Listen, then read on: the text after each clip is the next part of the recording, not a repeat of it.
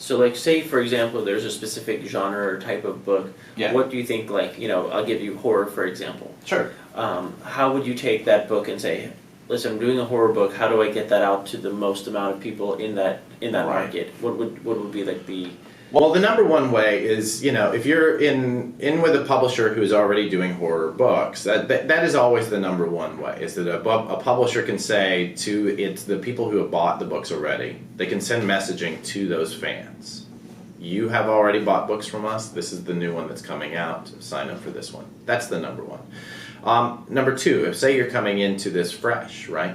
We're going to be building marketing tools that allow you to push out to like let's say that are you doing a super dark horror book? Are you I don't know. Are you doing a super dark horror book? Are you doing a horror book about a puppet? Let's find people who bought books like Child's Play, right? And let's start looking at how to reach those. Is your horror book really more about a vampire slayer, right? So let's go after people who are into Buffy, that kind of thing. So we're building marketing tools that allow you to reach those audiences, working with the retailers to match you to those fans. And we're using those tools to also reach those audiences in a lot of different ways. But we're doing it essentially by identifying them firstly as comic book fans. But really, the really important bit is that you're marketing to fans who are buying comics. Most of what is called marketing or promotion in this industry is really about social media. Mm-hmm. And I know several people who don't read comics anymore, but will comment on every social media thread about comics. Yeah. They are literally noise, because the point is to sell comics. Yeah, but you never know if those people are affecting the industry in a way just by talking about it or doing some sort of like affiliate type of thing. Yeah. If they're telling you, what I really need, you're doing this horror book, what I really need from this horror book is I need you to put it in a hardcover cover, even though it's only 22 pages, and then I will buy it. Well, you've never bought anything in your life. Yeah. Why am I going to go through the extra expense of creating an object that you will never buy anyway, just based on your feedback? Yeah. It's an extreme example, but that's what I mean. Is that it is designed to find the feedback from the people who are actually going to be buying it. If 100 people come out and say, "Hey, listen, I'm going to buy it," and they actually do buy it, then all of a sudden you should do a hardcover 22-page issue. Absolutely. And if that's what they want and they're willing to pay for it, then you'd be foolish not to listen to them. But you'd be foolish to listen to the other person just because they're on Twitter. Yeah, absolutely. I think that's the key, is just to get it out to the right people who are interested in that stuff and actually take their feedback in a way that makes a difference and get... Exactly. It used to be, back in the day, that it used to be, I think, just a few ads would make an impression enough to buy. So right. you'd see a Pepsi Cola can, and then all of a sudden, after 4 times, you're like, hey, I need to buy a Pepsi. I'm thirsty. I have to drink that. Because I saw it so many times, and it's the comfortability you have with this brand. And nowadays, because of social media, because all these ads we see, you have to see something.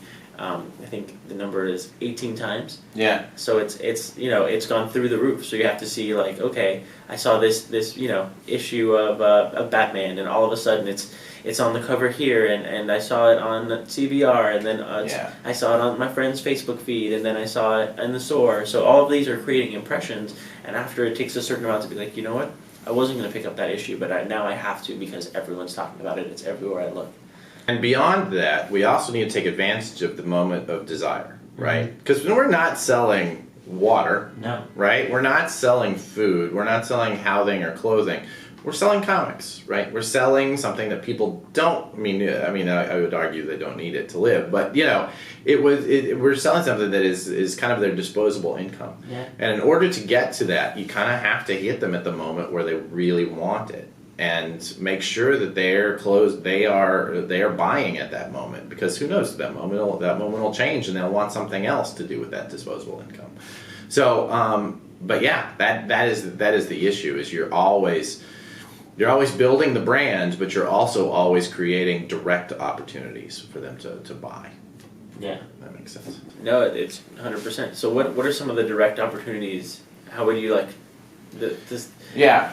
what to you is like a direct opportunity? Is it online Yeah. sales? Is it Kickstarter? Is it retail sales? Like, what is the I best love way? Kickstarter. I think that it's a really smart way to interact with your fans and go direct to them. I worry when you start losing the retailers. I worry because the retailers are their fans first. You know, they are the lifeblood of this industry.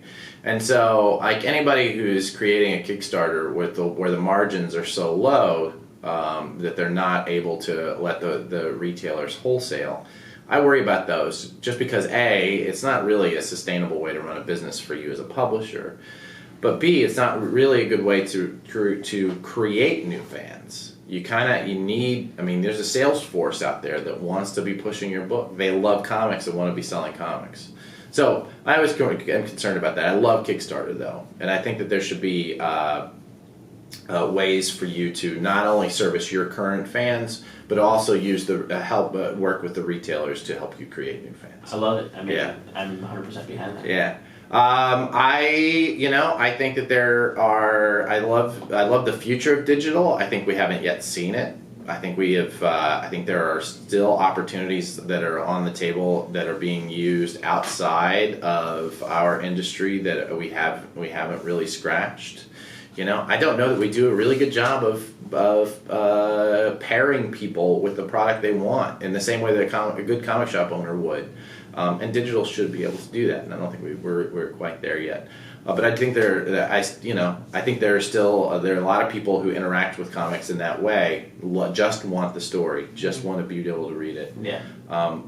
Something about comics, and I don't understand it, and I don't know anybody nobody's convinced me that they understand it. That is physical. Something about it that we want to hold in our hands. And so much so that we're willing to buy it at a premium from other people so that we can hold it in our hands. You don't think collectability has anything to do with that premium that you think it would be? Well, that's what I mean. When I'm saying that premium, I'm referring to collectability. Because all collectability is I want to own this item, right? This physical item.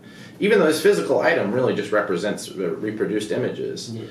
And those reproduced images could much more efficiently come to my phone or my tablet. Yeah. I want to own this item. And that's all collectability really is. So there's something about comics that is a very physical and visceral thing. And I still don't know that. I know that I don't understand it, and nobody else has convinced me that they have either. Yeah. But it is, so I think a lot about, anytime you're thinking seriously about selling comics, you have to think seriously about how to get physical items into people's hands. Yeah. So it's a strange beast we work in. Yeah, it really is. Yeah. But it's a fun one. Exactly. We're passionate about it. Oh, I know. And we love it. I don't know that I'm not, at this point, I'm not qualified to do anything else. So it's okay. That's because you're so great at marketing comics and getting the word out there.